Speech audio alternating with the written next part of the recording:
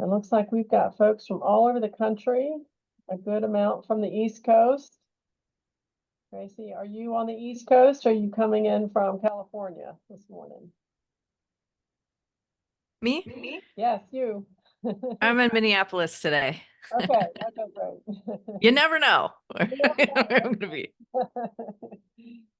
Well, terrific. Let's go ahead and get started. My name is Denise Rosendahl. I'm the Executive Director for the Institute for Credentialing Excellence.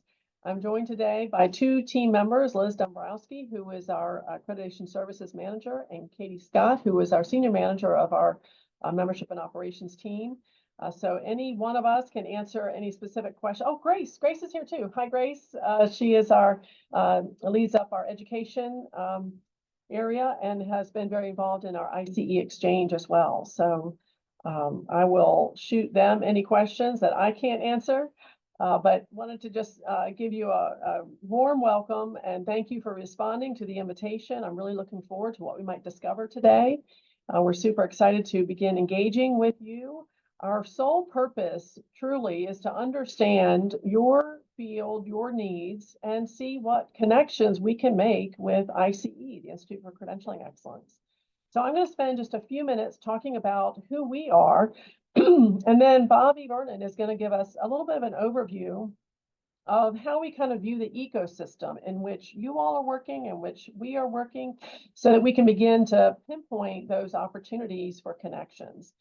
We believe that there is a growth opportunity within the I.C.E. credentialing community to engage your services. And so just looking for ways to make that happen or to identify obstacles or to help assist in either educating or creating familiarity with some of our products that might be helpful to you, but also to hear truly what your needs are. So I.C.E. has been around since the late 70s. We were created by a grant with a Health and Human Services Agency to help create standards for, at that time, nursing organizations who were creating quite a few credentials at that time. As we wrote those standards that became the NCCA standards for certification bodies, we also realized that the practices involved in creating a certification program really are universal and could apply to any field. And so that's when we created the membership organization, I.C.E.,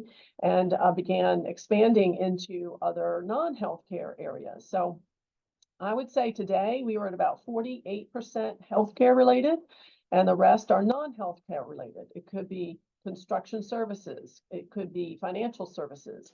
It could be anything from fitness to, let's see, really anything that has to do with an organization who is trying to professionalize their field, their profession, and wants to learn about best practices to make that happen. So that's truly what we are about. Again, we have so many resources and we're going to try to pinpoint the resources that might be most helpful to you. We have a huge website with a lot of information. Most of the resources are free and downloadable to anyone who accesses, but if you would be interested in creating a profile, that's also easy to do, and then you'll be updated with our email that we send out frequently. So let me pause there and see if anyone has any questions about what we plan to cover or any questions on your mind at all about I.C.E. Okay. So for those of you still joining us, please do drop in the chat who you are, what organization you're with, and where you might be located, just so we can get to know you a little bit. That would be terrific. All right, Bobby, I'm going to turn it over to you to talk a little bit about what it means for instructional design in credentialing.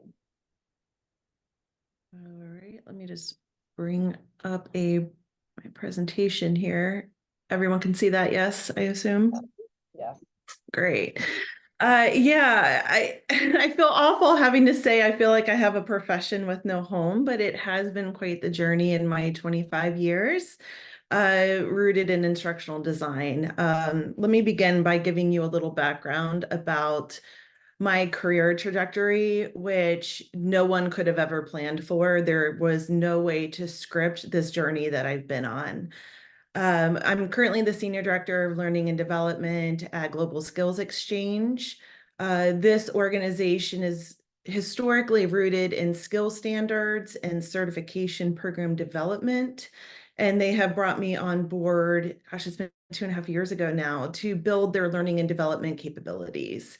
Part of that is because of my volunteer expertise through the Institute for Credentialing Excellence as it relates to assessment-based certificate programs and the accreditation of those programs. Assessment-based certificate programs are different from certification, but they are a type of credential. But prior to joining GSX, I was at a membership association that also was rooted in a high-stakes global certification program. In my journey there, I helped do some CRM implementations, which meant I did a lot of on-the-job training and skills-based training for people in IT in the call center. I wound up building continuing education courses for people who were taking the certification program. I actually launched a high stakes certification program on my pretty much on my own when it comes to the online curriculum delivery and the organization's first foray into computer-based testing. When I did that, that's when I learned about standard setting, psychometrics, working with psychometricians, cut scores, all of these things that were pretty foreign to me as an instructional designer. But I have to tell you that position right there was the time of my life. When you think about wearing 10 different hats in a job and just loving every moment of it, that was it. And that was a very pivotal moment for me to realize that, wow, I'm in this instructional design field, but I live within credentialing and I don't necessarily feel like I have a home. And that was something that I continued to explore throughout my career, and partly why we're here today. I had the opportunity to work on a strategic design team as a learning experience designer. And that's where we brought together design thinking, change management, project management, user experience, business process improvement, Lean Six Sigma. And we were really trained to go after those gnarly problems that a lot of employers and associations have. And I came into it from the change management, people side, learning side of things. And when I think about that from a credentialing lens, there's a lot of skills that we were helping people develop, but they weren't necessarily getting recognized or credit for that on-the-job training. So again, with my credentialing hat on, I thought there's got to be a better way around this. And I also manage a global training portfolio for over 160 member societies. With that portfolio, I was responsible not only for communications and a communications platform, but all of the technical training and all of the soft skills and leadership development training, as well as compliance training based on government regulations for all of the boards of those 160 member societies. For over half of my career now, I did the math. And I have volunteered for I.C.E. And that has always been within the capacity of assessment-based certificate programs and the I.C.E. 1100 standard, which is the accreditation program for assessment-based certificate programs. As a part of that, I have also served, I'm in my second term now, serving on the Accreditation Services Council, again, with the lens of assessment-based certificate programs. So a wild trajectory. Again, it was very serendipitous. I've loved this journey that I'm on, but I've struggled with it. And I've been very open about my struggles. So thank you for listening to my story today.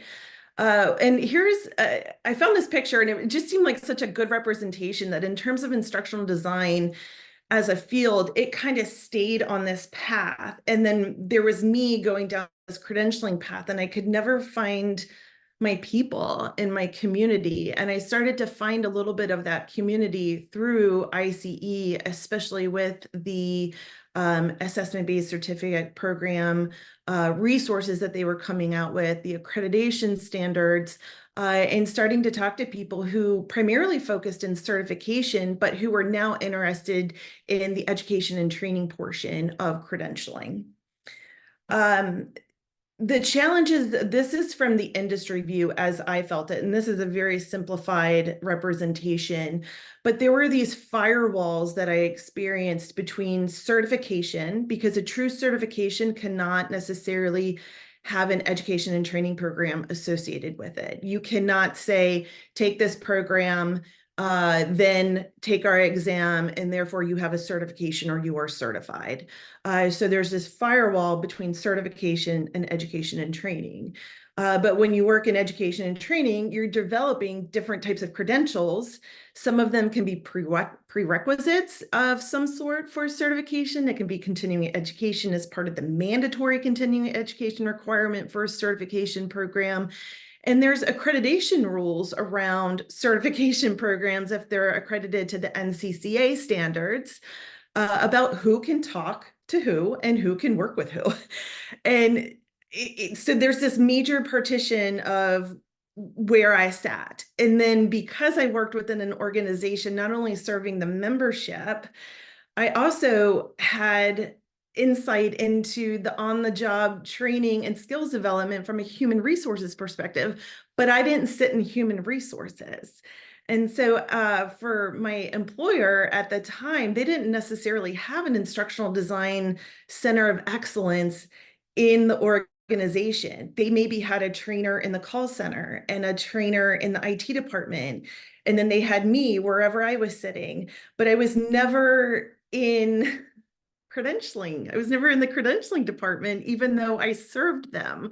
So again, I really felt like I had no home. And part of it was driven by these firewalls created by the industry, for better or for worse, right?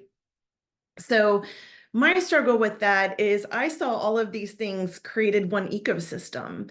I didn't care who the learner was. I didn't care if it was a person taking a certification program. I didn't care if it was someone doing continuing education. And I didn't care if it was somebody who was doing some compliance training as required through their human resources department. It's everything that we experience in our journey that makes up what we're capable of doing, what our competencies are, how proficient we are across those competencies. And so this is where I really struggled because I couldn't find a conference that could serve me. If I went to a learning related conference, they didn't know anything really about the certification and credentialing side of everything. It was more from the human resources perspective. There were some conferences out there that served membership associations, but it didn't necessarily cross the threshold for me as an instructional designer. And so I was constantly at a loss for where I could really find the expertise that I needed. I wound up having to go to like multiple different membership organizations to serve my need and try to piece together what it was that I needed and figure out how to zhuzh everything to make it work for what it was that I needed to do in my job. And so here's where we are today. This is going to get really busy the next couple of slides, and that is by design. Instructional designers, I think we love chaos because we like to organize it. So welcome to the group. I put the title here as industry recognized credential because I hear this phrase a lot. And in fact, I was in a webinar meeting last week with the Open Skills Network, and I asked these group of experts, I said, what does that mean? What's the definition? And just like the definition for certification may alter depending on who you ask, there is no true working definition for industry recognized credential. It may mean a university or a college who is awarding a degree or a diploma. It may mean a certain type of company that has clout, like an Amazon certification or a Google certificate program. But if you go to a lot of credential providers' websites, a lot of them say industry recognized credential. What does that mean? And I want to be able to better define that and understand that. So as a result of that, Credential Engine has done some research and they found that there's over 1 million credentials in the United States alone and almost 60,000 credential providers. So if you think about that as an individual learner or even as an organization that wants to find a credential that's appropriate to upskill their staff, how do you even make sense of that and where do you go? And this gets compounded by the fact that some people can have a certification program, which really isn't one, and they charge $250. But the true certification program, maybe $2,500. And so people may go for the low-hanging fruit, but then because it's not a well-designed credential, are you really validating what they learned or what they need to be able to do or their proficiency level? So it's creating a lot of questions that I think instructional designers should, one, know about and be informed about, to have these conversations within your organizations or with your clients. But two, I think we're the agents of change. I think we're the ones who can really start to put a lot of these pieces together to make them make sense, because again, chaos, organization, that's why we exist. So the top line here is talent pipeline management. I'm thinking about that more from the organizational perspective. And then at the bottom, I have career pathways. And I think about that from the individual perspective, someone's journey through their career progression. So this is where I think we are today, and it's not all encompassing. And again, this is quite a busy slide, but the modern learning ecosystem where instructional design has heavy influence is across these different areas. So you have professional development in terms of the true credentialing providers, continuing member ed, conference planning. How do you align what you're doing in conferences with skills and upskilling and reskilling and making sure people are getting credit where credit is due? We know that a lot of learning happens through conferences or on-the-job training. So how can we make sure that we're validating skills in the design of these types of events? Human resources, obviously, there's a lot that's going on there. Higher ed, in terms of they have instructional design teams and they're building a lot of micro-credentials. Interestingly, a micro-credential can be an assessment-based certificate program, or it can be a certification. What does that mean? What does that look like?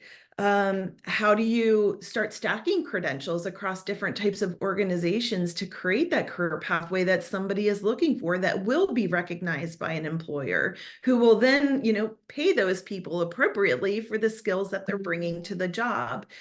And most importantly, there's the bottom line here with workforce development. So obviously, there's a lot happening in the K through 12 space to make sure students are ready, job ready from the moment they graduate. There's career and technical ed.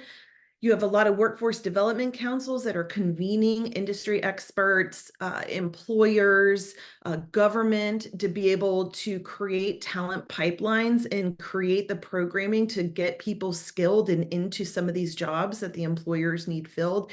Every employer is projecting a massive hole in terms of pipeline. There's just not enough workers out there.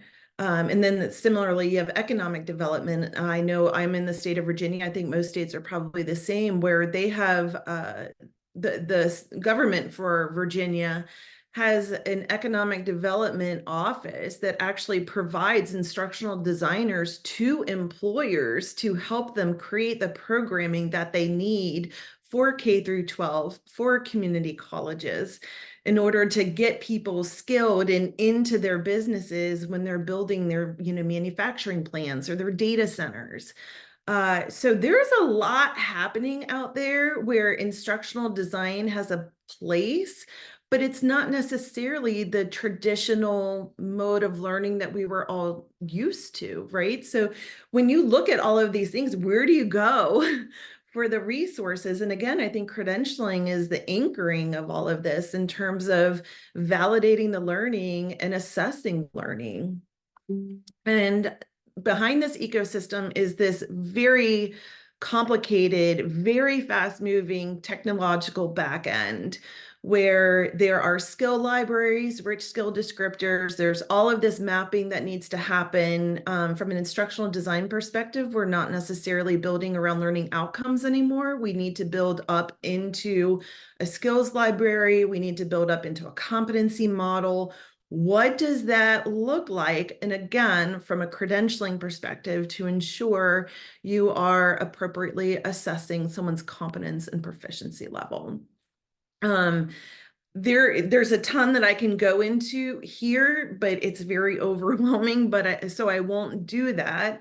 But AI does have a heavy hand in this, obviously. I'm working on a couple of projects through Credential Engine and Open Skills Network to be able to understand this backend and the AI automation that we can use to do that skills mapping, to do those rich skill descriptors, and to create a dynamic competency model, basically, from the way in which we're designing the learning and designing and delivering those assessments.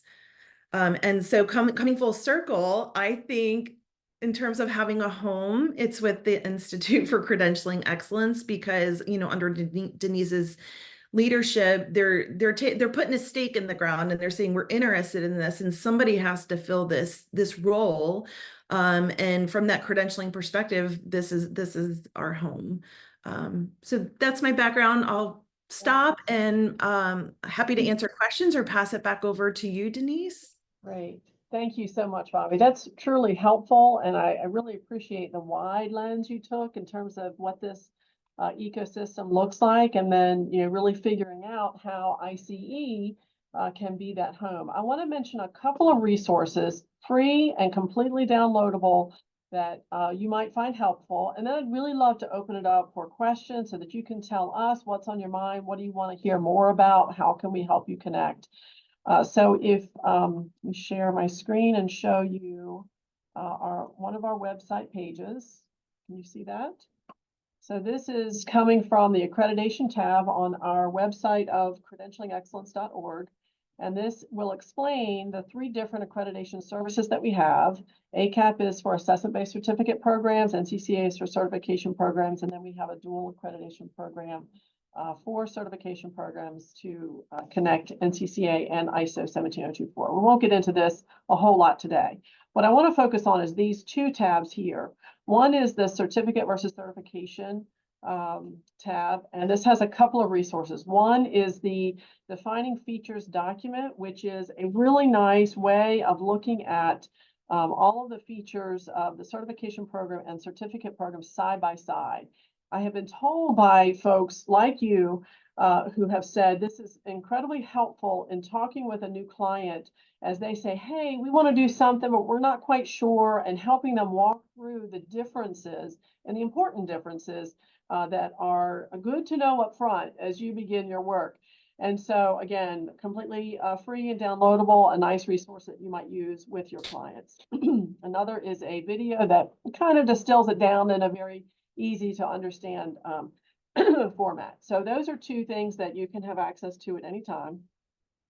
The other one is the accreditation pathway document, which just helps your clients understand what's the right accreditation program if they decide to go for accreditation in any one of these areas. So really, take your time and take a look at what the resources are here and see if there's anything there of value for you. I also wanted to mention, let me just get off share here, that as a thank you for joining our call today, we're going to send you a copy of that certificate versus certification program, as well as a copy of the I.C.E. 1100 standards. We're not going to go into great detail here. It's a $75 value that you would pay otherwise, but the I.C.E. 1100 standards are for assessment-based certificate programs and how we see the rigorous approach to developing those. So we're going to send you that as a thank you after the call today, and see what that might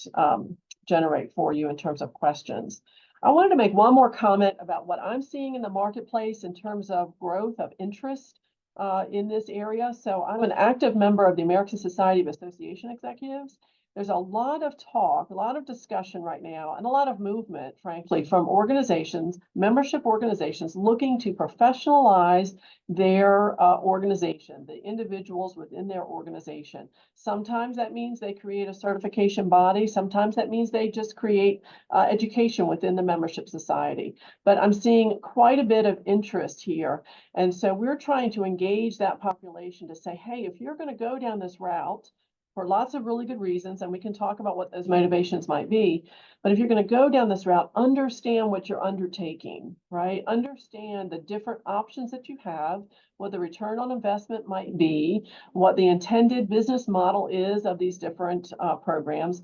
And so I think that there's just a lot of interest, a lot of movement there. So we're really trying to play that connector here as best as we can. So let me pause there and see what kind of questions you have for either myself or the team or for Bobby.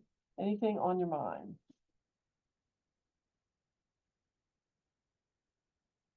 Bobby, did I misspeak and say assessment-based certification program? No, I accidentally typed certification in the chat. My fingers are so attuned to it, and then I couldn't edit it. I apologize, everyone. No worries. As you all are thinking about what your questions might be, I wanted to mention another resource that we're now exploring. And this was a suggestion by Pat Hurlbert. So thank you for joining us today, Pat. But she said, hey, can you help us explain the business model and the possible return on investment for the two different types, for certification programs and for certificate programs? We have explained the differences in what they look like, but how do we make the business case? How do we explain what they can expect? How do we explain what the upfront investment might be and what that might look like down the road? How do we help them assess the market need for the different approaches? So that's something we're working on. It's not yet available, but I think is could be a really terrific resource for you. So what kind of challenges are you finding in your market? How are you currently connecting to your client base? What challenges are you finding that we might be able to assist with?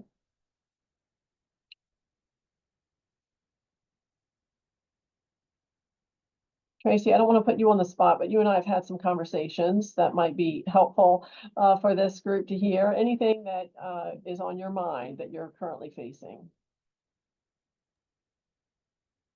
Well, I think to your point, a lot of organizations don't understand the rigor behind the terminology we're using today, certification and certificate-based program. And it's an opportunity for us to design at a higher level, which we love, if we can create understanding around what that means, really deliver on the value proposition of learning that we love.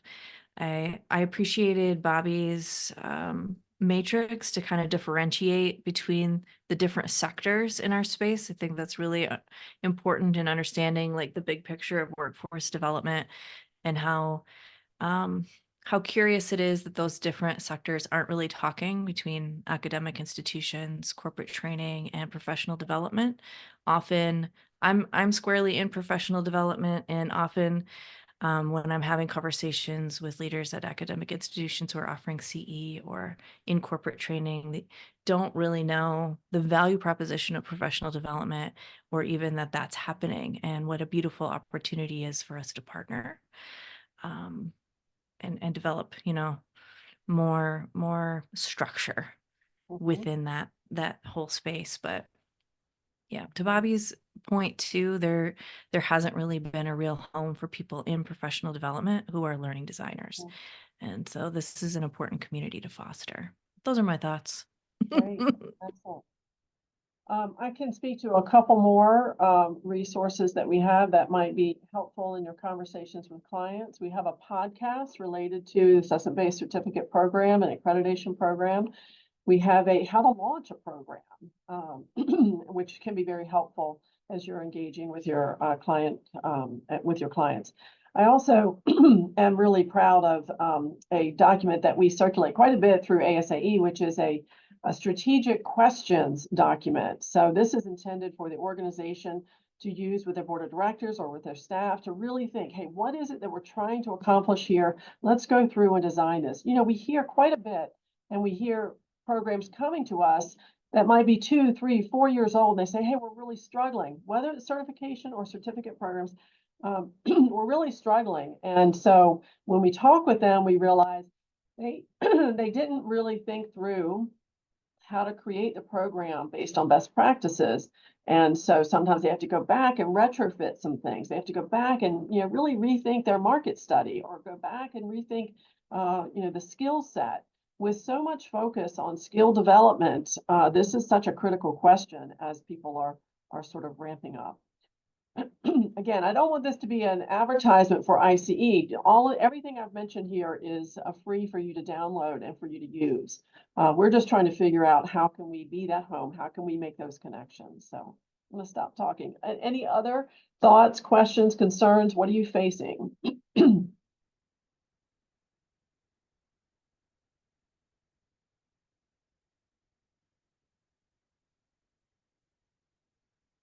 Pat, can I call on you? Because you and I have had some conversations and you've shared some interesting insights.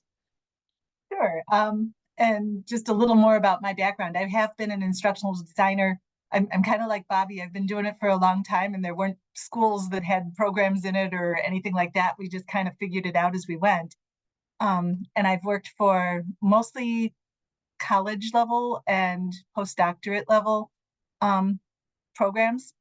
And currently I'm working for certification boards for vascular access. So it's a nursing credential. And as a result, we're looking at the difference between a certificate and certification, because we have nurses who really want other people to be involved in the care of the vascular system, but they're not qualified to do what I do.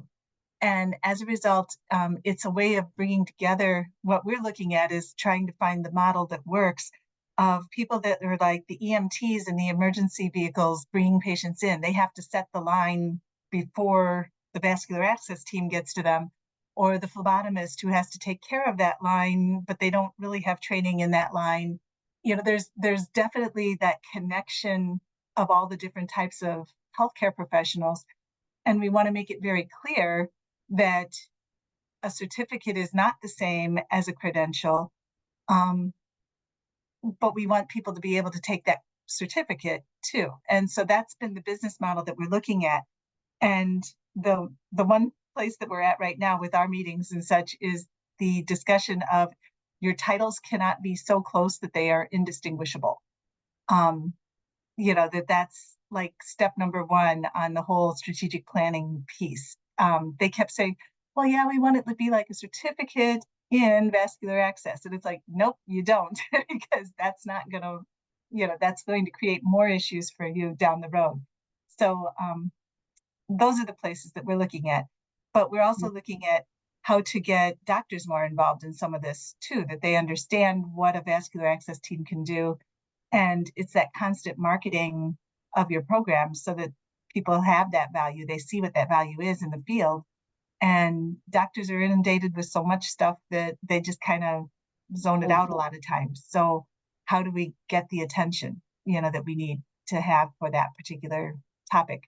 And I think it crosses over into all sorts of other fields too. It's not just nursing. My original background is working in the lab down in the basement next to the morgue. So nobody knew we existed. So. Yeah.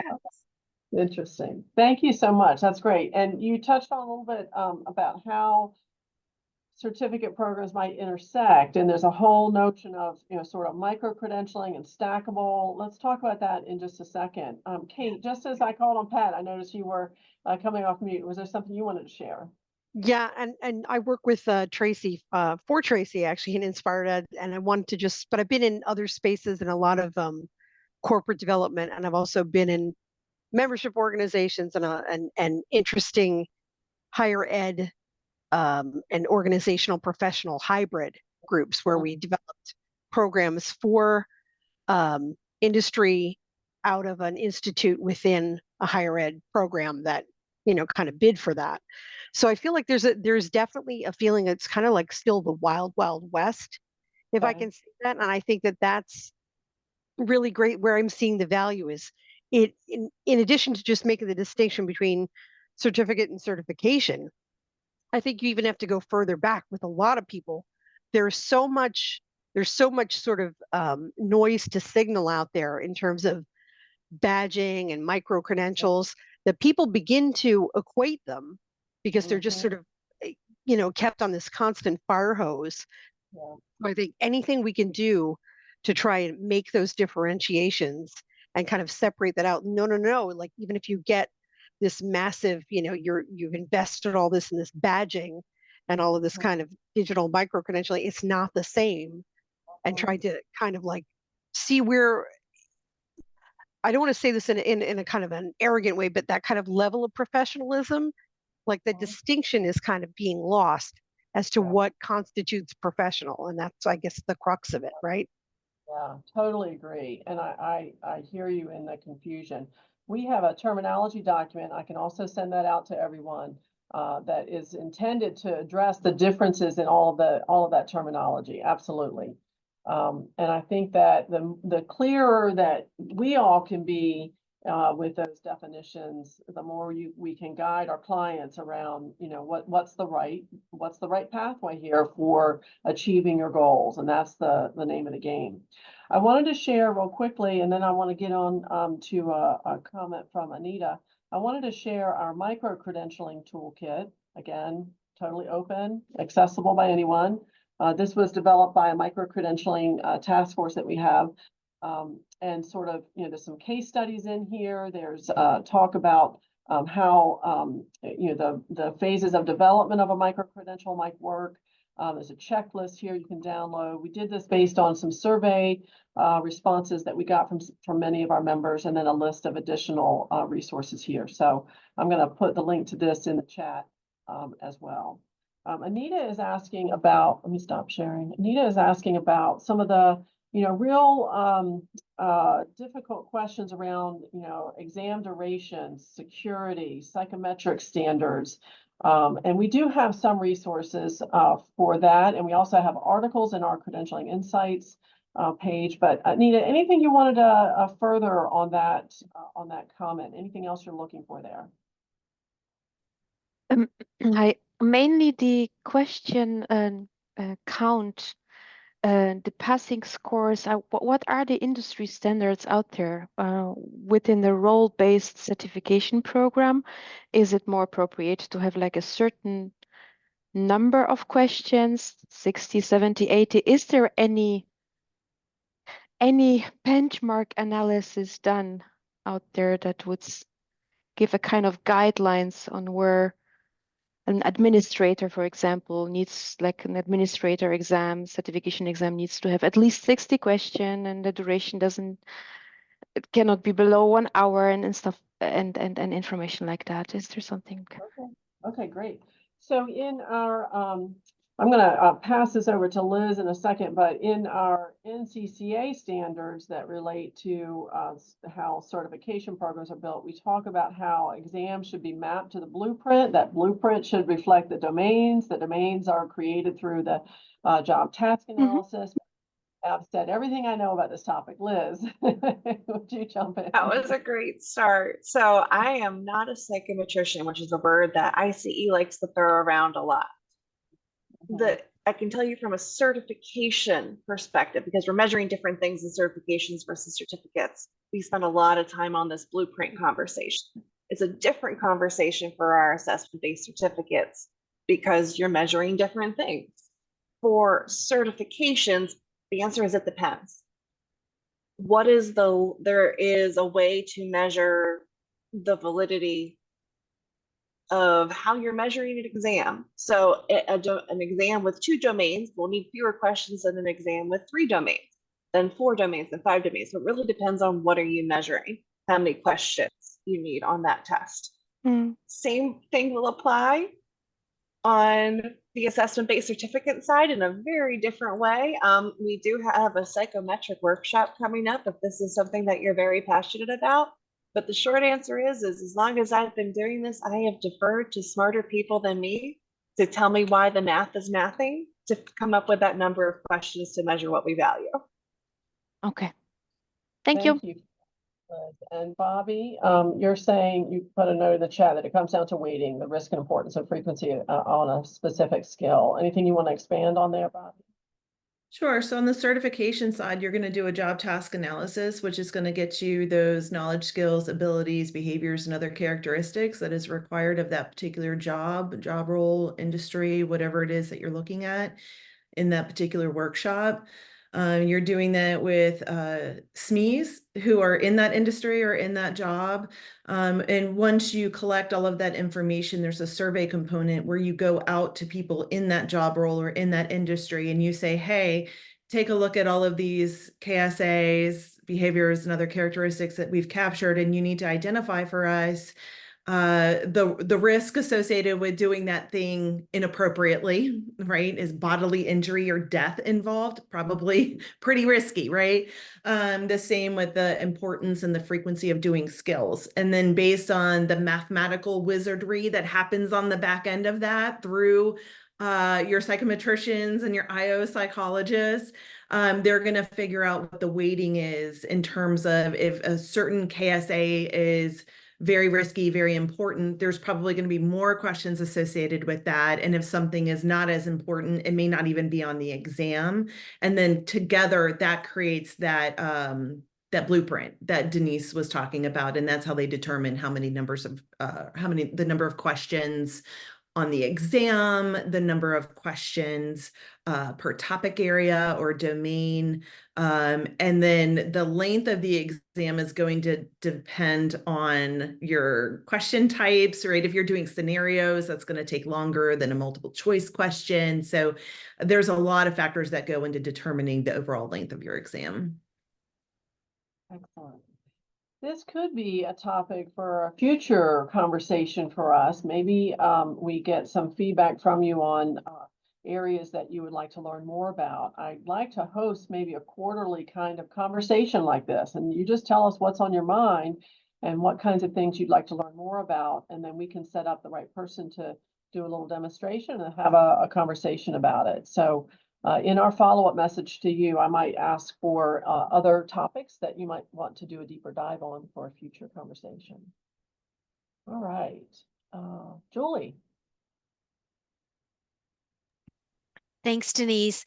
I have the privilege of working with Bobby in volunteering to accredit assessment-based certificate programs. And my question is connected with what Bobby mentioned with the idea of the different firewalls, but also potentially connects with Kate's comment about what gets lost is the professionalism. I'm curious, related to I.C.E. and the folks with whom you interact, when someone applies for accreditation, whether it's through an assessment-based certificate program or through a certification, how much of the applications or how many of the applications do you view as saying, gosh, an instructional designer never saw any part of this? It was an organization who just said, oh, this sounds great, and this will give us sort of a stamp, and let's move on. And I'm just curious how much you are seeing. You mentioned about growth opportunities. Just thinking about, is there, I know when we see different applications, we can't consult to say, Right. hey, you know, would you try this? But how much of that are you seeing as the potential to consult or at least encourage these organizations to seek instructional design counseling Yeah. or Great consulting? question. Thank you for raising that. And you know, ultimately, what I would love to see is for us to be able to have a pool of people within the I.C.E. membership community, whatever, so that we can say, hey, here's a list of folks you might consider. You know, here's you know, we think you could benefit from some additional information and guidance, and I'd love to be able to point them to either our directory or some pool of information for them to reach out and get that guidance. Right now, when I'm on ASAE's listserv and a question comes up, hey, can you recommend someone for certification or certificate programs, I always point them to our directory of members, and you can identify in the directory, you know, what kind of services you're looking for. And that's free and open to the public for searching of our members. So, you know, ultimately that's where I'd like to get us to. But there's also the piece of, hey, how can we better equip folks with what we see as best practices within the community? And so I think that's the place to start, and really finding out what additional education we might provide for this community before we get there. But yes, there are quite a few applications that come in that are missing the mark because they haven't talked to a professional. So Liz, let me pass it over to you, see what you can add there. I mean, anecdotally, yes, I think the point is very accurate, but we also have to think about how professions evolve. Right now, lots of people are having a really great idea that they recognize that you can't just put letters after somebody's name. We have to train the future workforce. And there's this skills gap where we don't know that there are smart people like Julie and Bobby out there that can help us do this. So associations are, and I'm talking about associations generally, are limping along, going to try to meet this need for our member. So it's incumbent upon us to help them bridge that gap to say what's possible in the industry. And it's also our role to help facilitate them connecting with folks like yourselves. Right. What we can't do as the accreditor, we can't give that guidance. We can't say, hey, program would be great if you did X, Y, and Z, right? We, unfortunately, as an accreditor, we have to have an arm's length in that area. But we'd love to be able to connect people to get those answers and to get the guidance they need. Yeah. Thank you so much. Thank you for the question. Other thoughts, questions? Yeah, Pat. I'm just curious, you had mentioned that you are part of I.C.E. How does I.C.E. approach people? Oh, you froze. I think you were saying. Are they recognizing ICE and bringing people to us? Or I don't know exactly what the relationship is there. I'm just curious. Yeah, we have a great relationship with I.C.E. and we're approaching them with some additional ways that we might partner. And so, but we are very active in their professional development community. Bobby, are you in their collaborate area on professional development? They've got like 10,000 members part of that. Okay. And so anytime I see a question on that listserv, I will pop in and make comments, make references, provide resources. But that's about the best I can do at the moment. Again, we're exploring some additional ways that we can partner with I.C.E. and we currently advertise with I.C.E. We try to provide content. I'm writing an article about ways to get started on a credentialing path. But you know, we think that there's a lot of potential there to raise the awareness around what we believe are best practices and some of the resources that we have. Does that answer your question, Pat? Okay. Other questions, thoughts? Okay.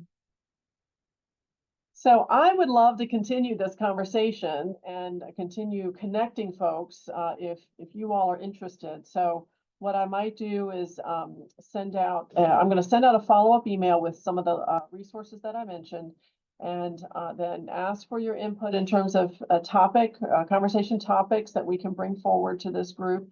Feel free to pass the word along to any of your friends in this area. We'd love to have them. And all they have to do is send me an email. I'll put in the chat my email address. Of course, you probably have it from the meeting invitation. And we would really love to continue this conversation if you all are finding this to be helpful. Bobby, any final thoughts you'd like to share? I'm just grateful for everyone being here. The conversation may have been a little confusing if you feel like I don't really understand the difference between certifications and certificate programs, and that's okay. That's why we're here. I think together there's a really healthy, happy movement that is on the cusp of happening, and you're getting your foot in the doorway right along with us. There's a lot of exciting things, and I think having the upper hand from where you sit in terms of having a grasp of credentialing, some of these things that are happening with the skills-based movement. It's really going to drive your organizations forward, drive their ways of strategic thinking in terms of product development forward. And you're in a safe space to ask questions and to learn along with us, because not a single one of us in this room has all of the answers, but you do have a committed group of people to help arrive at those answers. We're going to figure it out together. So thank you for being here. Thank you, Bobby. That's terrific. Any other final thoughts or questions? Well, a huge thank you for joining, for accepting the invitation. I really appreciate it. We do want to stay in touch and really appreciate the learning perspective that you are coming at this with us. So thank you, Bobby, for putting that in context. That's really terrific. All right. We'll talk to you soon. Thanks so much. Have a great day. Thank you. Bye.